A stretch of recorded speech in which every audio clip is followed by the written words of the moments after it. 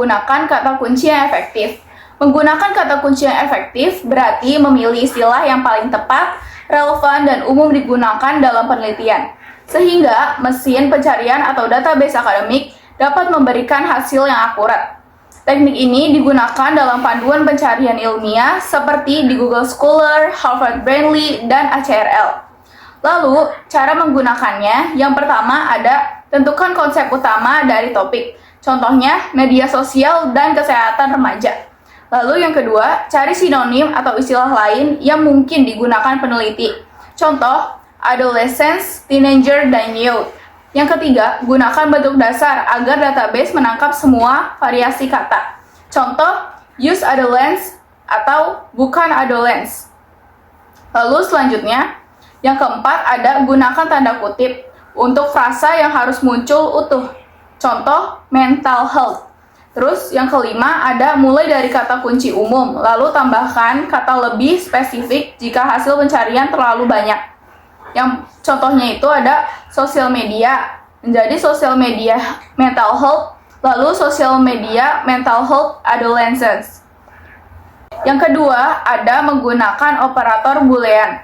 Kata penghubung, and, or, dan not yang digunakan untuk mengatur kata kunci agar pencarian lebih tertata. Teknik ini dipakai di database ilmiah seperti Google Scholar, Scopus, PubMed, dan EBSCO.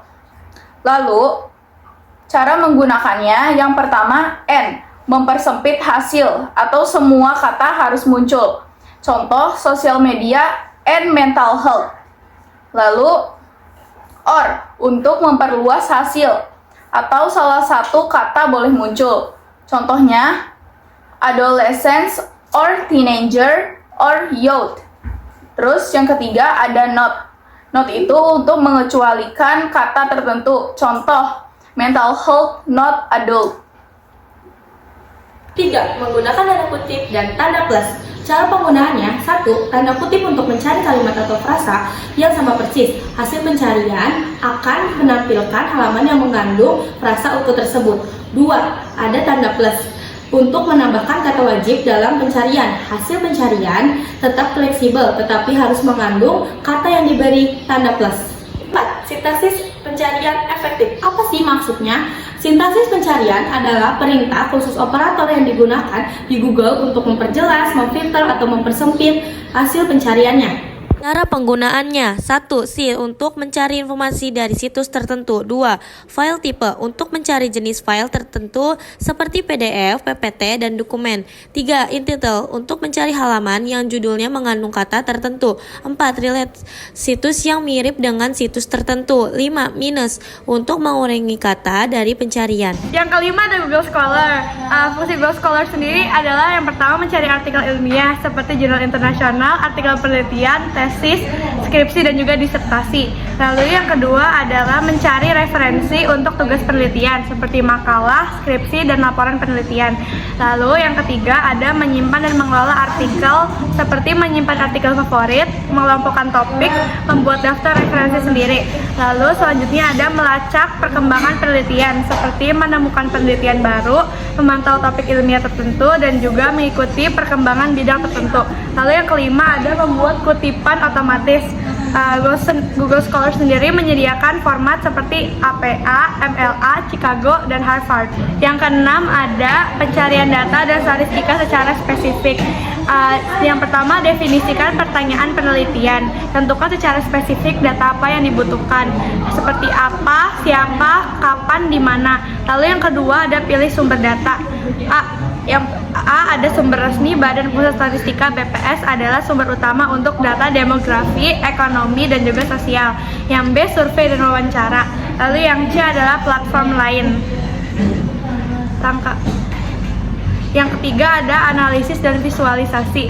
Yang A ubah data kompleks menjadi tabel, grafik, atau diagram. Yang B cari pola, tren, atau hubungan antar variabel untuk membantu pemahaman penelitian awal. Yang ketujuh ada menggunakan Google Alerts untuk memantau informasi.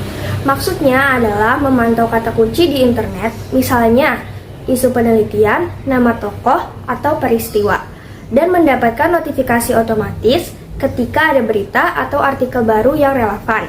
Cara penggunaannya yaitu yang pertama, buka Google Alerts. Yang kedua, isi kata kunci atau topik yang ingin dipantau. Yang ketiga, atur frekuensi notifikasi, misalnya instan, harian, atau mingguan. Yang keempat, masukkan email penerima. Dan yang kelima, klik create alert baru. Google akan mengirimkan update jika ada info. Yang kedelapan, menggunakan Google Drive untuk menyimpan dan mengelola dokumen penelitian. Maksudnya adalah menyimpan, mengelola, dan membagikan file penelitian seperti PDF, PPT, data, foto, dan lain-lain secara aman dan dapat diakses dari perangkat manapun. Cara penggunaannya yaitu yang pertama, buka Google Drive, lalu masuk ke akun. Yang kedua, klik New, lalu pilih file upload atau folder upload untuk mengunggah dokumen. Yang ketiga, buat folder agar file rapi. Yang keempat, klik kanan, lalu folder untuk share jika ingin dibagikan atau dikerjakan bersama orang lain. Yang kelima, file dapat diedit lewat Google Docs, Sheets, maupun Slides.